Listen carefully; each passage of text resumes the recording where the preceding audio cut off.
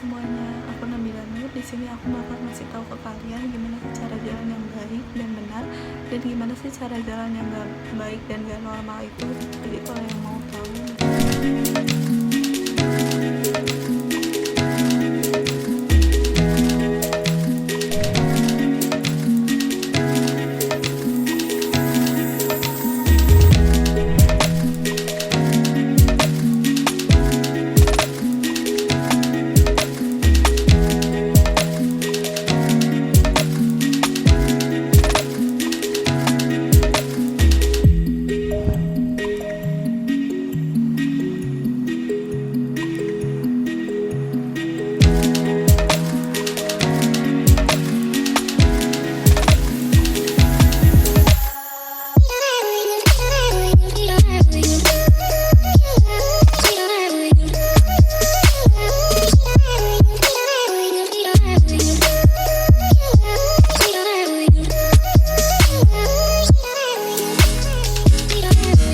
pertama ada antalgik gait, disebabkan oleh kondisi yang menyebabkan nyeri pada bagian ekstremitas bagian bawah, misalnya trauma, osteoartritis, sprain pergelangan kaki, atau fraktur.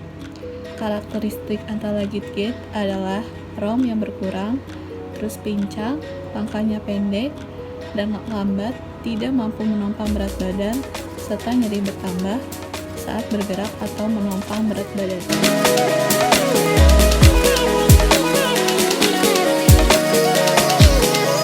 Yang kedua ada tremulous gait, yaitu condong ke arah lateral pada sisi di mana tubuh bertumpu terdapat kelemahan otot gluteus medius.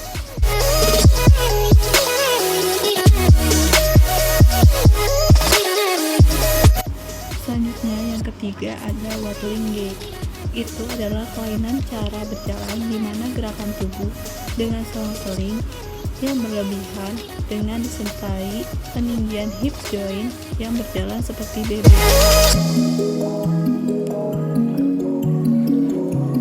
Yang selanjutnya ada ataxia gait. Ataxia gait merupakan gaya jalan seseorang yang kehilangan keseimbangan karena tidak adanya fase heel strength pada saat berjalan. Langkah lebar, berjalan terpuyung-puyung, biasanya deviasi satu sisi pada keadaan tutup atau gelap yang akan memburuk. Selanjutnya ada gluteus maximus gait, merupakan sebuah gaya berjalan yang ditandai dengan condong ke belakang posterior pada tumit untuk menjaga pinggul di sepanjang selama fase kuda-kuda. Ini disebabkan oleh kelemahan gluteus maximus. Ini juga disebut gaya berjalan ekstensor pinggul.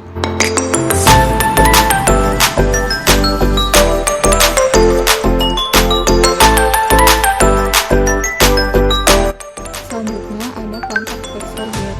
Ini merupakan kelemahan dari otot plantar flexor yang menyebabkan gaya perjalanan lutut menjadi kaku.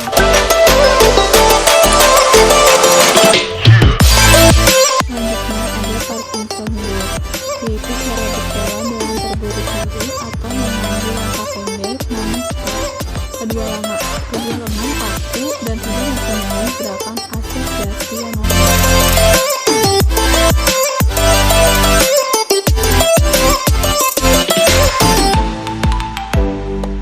Selanjutnya ada psoas limb, yaitu kelemahan pada psoas mayor. Contohnya yaitu pincang yang dapat disertai dengan gerakan kerang dan panggul yang berlebihan.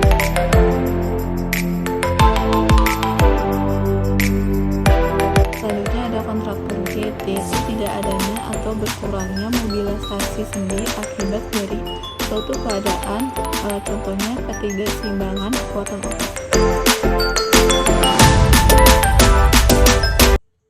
Selanjutnya ada short leg gait, yaitu panjang tungkai yang tidak sama pada tungkai yang sakit, pelvis akan terangkat, dan pada tungkai yang sehat, pelvis akan menurun. Selanjutnya ada hemic leg gait, yaitu tungkai yang sakit, nampak kaku dan diayunkan pada panggung depan gerak setengah lingkaran oleh gerakan tubuh. Pasien akan condong ke sisi yang sakit dan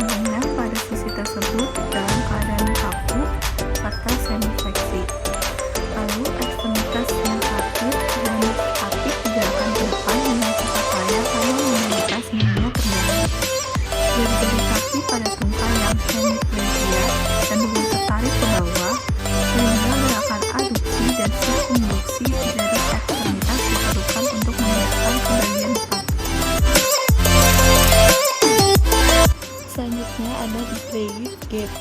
Dibagi menjadi 3, yaitu ada fleksi knee, fleksi hip, dan inversi ankle. Selanjutnya ada steppage gait, yaitu ditandai oleh gerakan lutut yang tinggi dan kaki yang terkulai. Jika tunggai tak angkat, maka jari-jari kaki akan terseret sepanjang lantai. Selanjutnya ada dragon gait, yaitu gaya berjalan seperti mabuk. Adalah gaya berjalan yang terlihat pada pasien dengan leksis lebar. Ini ditandai dengan berjalan dengan alas yang lebar atau dengan alas yang sempit. Kaki dapat diangkat secara berlebihan dan ditempatkan dengan hati-hati dengan pasien memandang ke depan dapat jatuh posisi resi.